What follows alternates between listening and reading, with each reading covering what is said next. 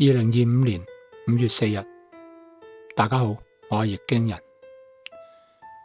尋日5月3日，倫敦皇家舊鑄幣廠反對改建中國超級大使館，主辦機構宣布4000人參與呢一次嘅遊行集會。示威者有英國人、香港、台灣、維吾爾人，好多都係特意租用旅遊巴士嚟到嘅，係從列斯曼徹斯特格拉斯哥伯明翰嚟到倫敦參與集會嘅。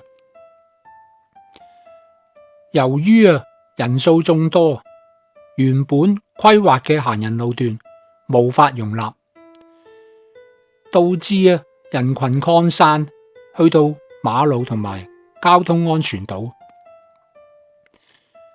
迫使警方封閉附近嘅十字路口及倫敦塔橋部分嘅路段，造成交通癱瘓。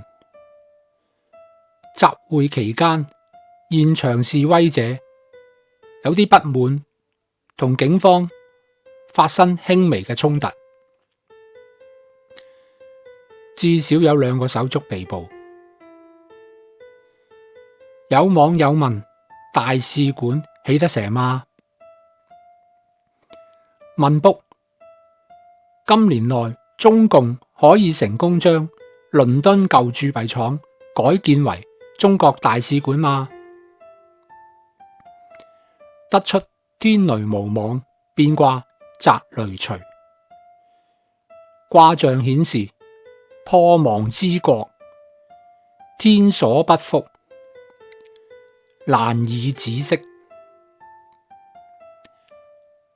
解釋係國家破敗滅亡，上天不會給予福氣，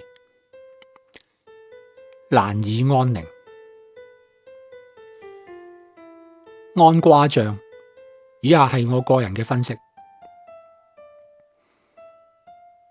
今年之內，倫敦舊鑄幣廠改建為中國大使館，應該係未能成功嘅。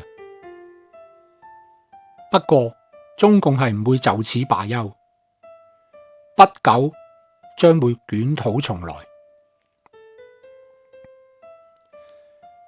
今次嘅分享到呢度，鍾意嘅朋友請讚好及留言，並分享俾你嘅朋友，及訂閱易經人 YouTube 頻道，並追蹤易經人 X 專頁